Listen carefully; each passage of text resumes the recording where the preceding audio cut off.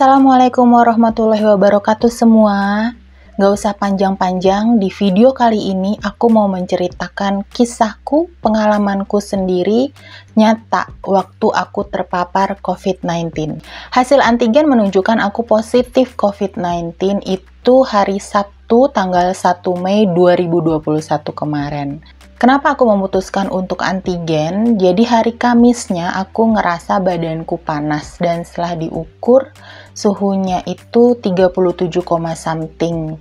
Memang belum terlalu tinggi kalau aku mendengar cerita dari sekitarku yang juga terpapar COVID-19 yang bisa sampai 38, 39.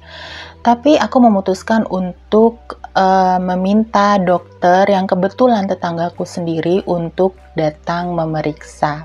Asam lambungku tinggi, plus dia curiga aku terkena tifus karena lidahku putih. Dan dia pun memberikan obat-obatan standar ya, seperti paracetamol dan obat mah yang biasa aku minum.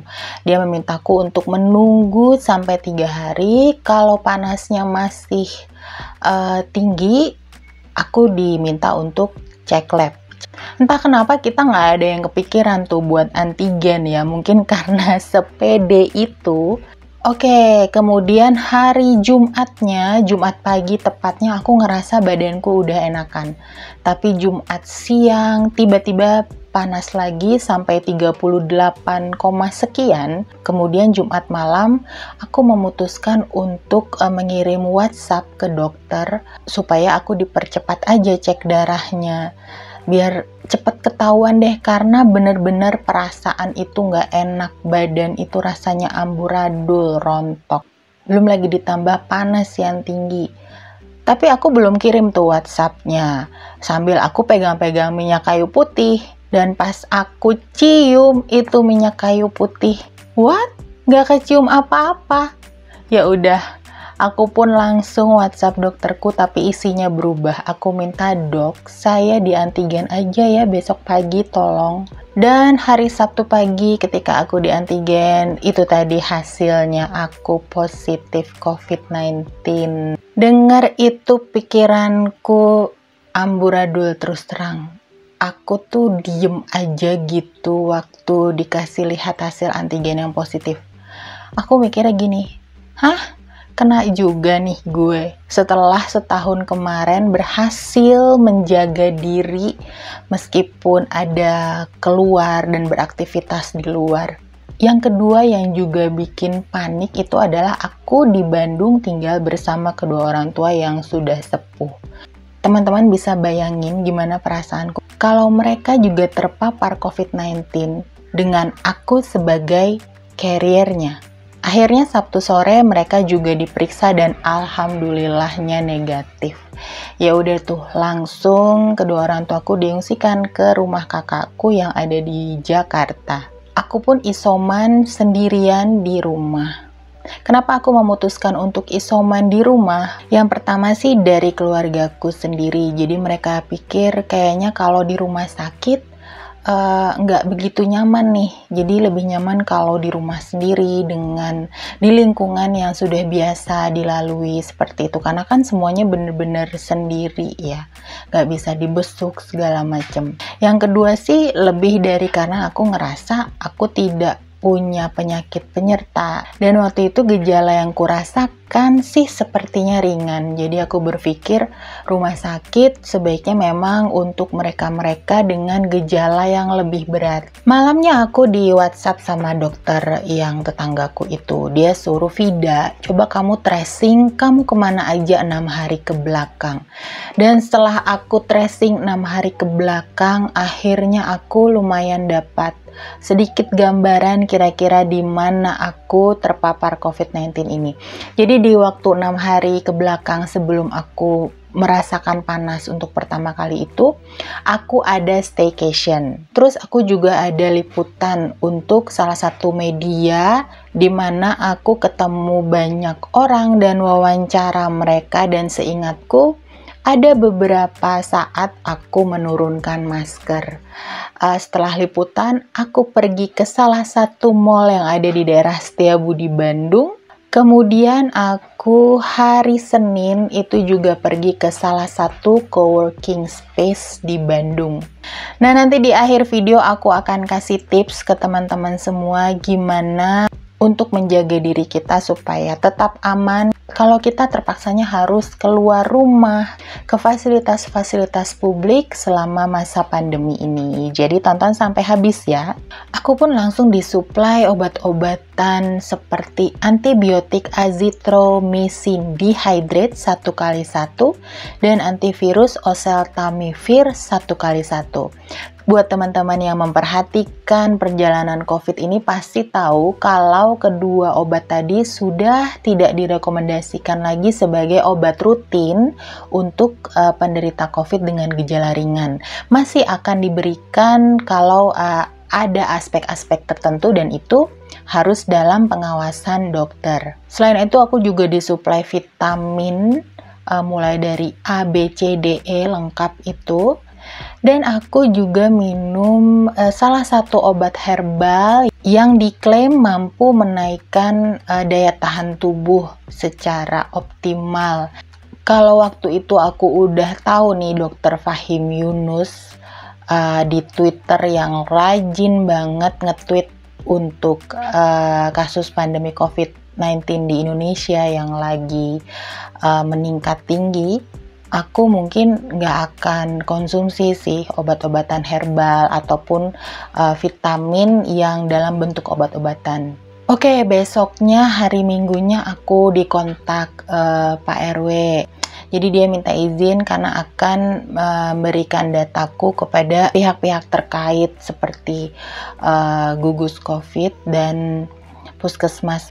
Dan dari situ penanganan yang aku dapat sih cepat ya teman-teman. Aku boleh bilang kalau meskipun isoman dan dengan gejala ringan, jadi teman-teman nggak perlu khawatir, nggak perlu terlalu panik sampai harus ngeborong obat dan sebagainya. Karena hari Seninnya ketika aku menunggu orang lab datang ke rumah untuk melakukan PCR, aku dikontak dengan dokter di puskesmas di wilayahku. Dia pun langsung tanya jawab ya, gimana keadaanku sekarang, suhu panas berapa, tensi, saturasi, yang alhamdulillahnya sih aku punya alat-alat untuk pengukur tadi di rumah. Jadi aku bisa kasih jawaban soal itu. Kemudian dia juga tanya udah dapat obat-obatan apa aja. Nah, setelah didatanya, dia pun memberikan obat-obatan yang kurang. Dan itu aku nggak perlu repot-repot ambil. Dia langsung bilang, Mbak, nanti kita kirim pakai GoSend.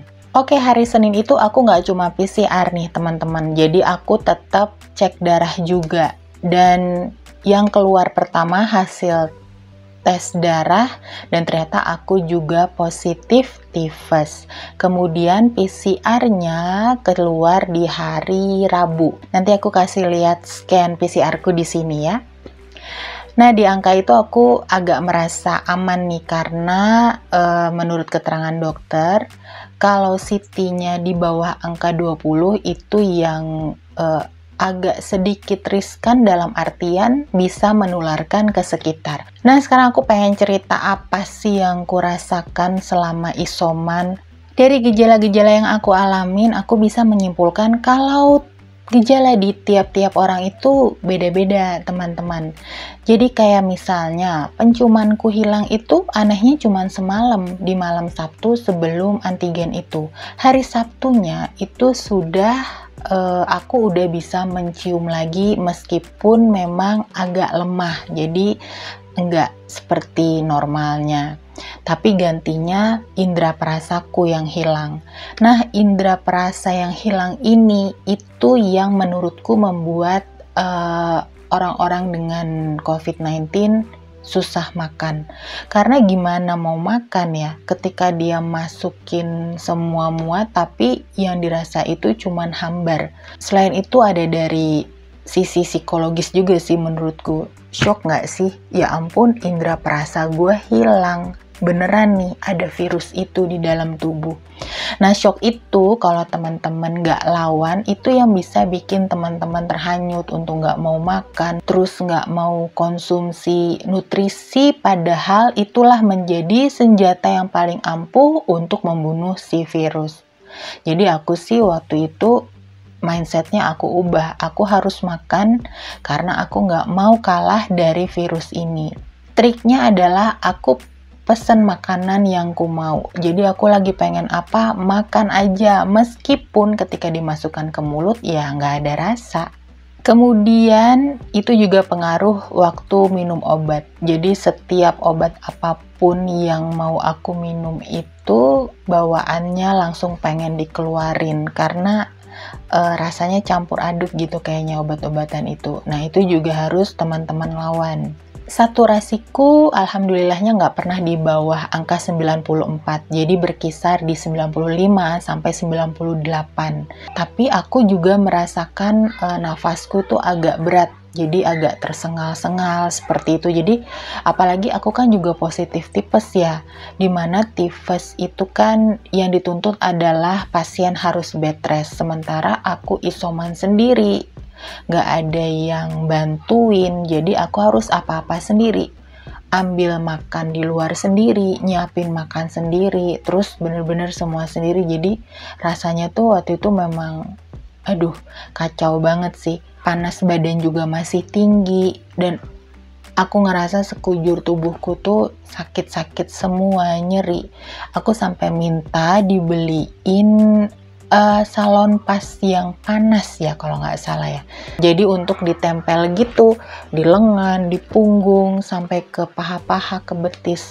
Setiap hari selama 5 hari pertama itu aku bermodal salon pas supaya nyeri-nyeri di badanku itu bisa agak sedikit ringan. Ini tensi terendahku yang agak bikin aku shock waktu tahu ini.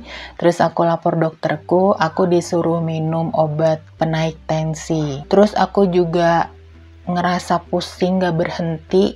Itu akhirnya aku juga dikasih obat pengencer darah, selain tentunya masih minum paracetamol.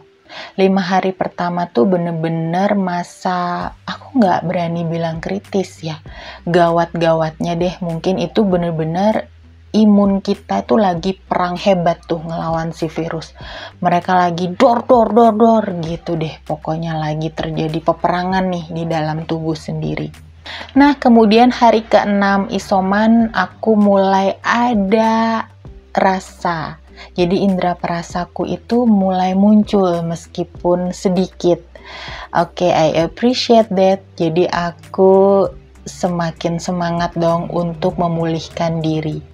Aku ingat banget waktu itu aku pengen banget pesan minuman dingin. Sementara hal yang menjadi pantangan untuk penderita COVID-19 adalah minuman dan makanan yang bersifat dingin. Jadi benar-benar harus minum minuman yang hangat. Aku waktu itu sempat bandel hari ke-7 atau ke-8, aku lupa. Aku pesen lewat GoFood minuman dingin yang aku ngidam banget rasanya waktu itu. Dan aku tuh juga ngerasa ini kayaknya gue udah enakan deh. Dan begitu datang aku minum itu untuk teman makan siang. Tara, tiba-tiba beberapa saat setelah makan siang, tiba-tiba panasku naik lagi. Nah di situ deh aku langsung mikir, udah Vida, nggak usah macem-macem dulu sampai kamu bener-bener negatif. Teman-teman yang lagi isoman juga jangan lupa untuk berjemur. Berjemur baiknya di rentang waktu dari jam 8 sampai 10 ketika matahari lagi bagus-bagusnya tuh. Tapi aku inget banget aku mampu untuk keluar ke depan rumah untuk berjemur itu sekitar di hari ke-5 atau ke-6 itu. Ketika aku udah merasa agak enakan, badannya udah nggak remuk redam lagi.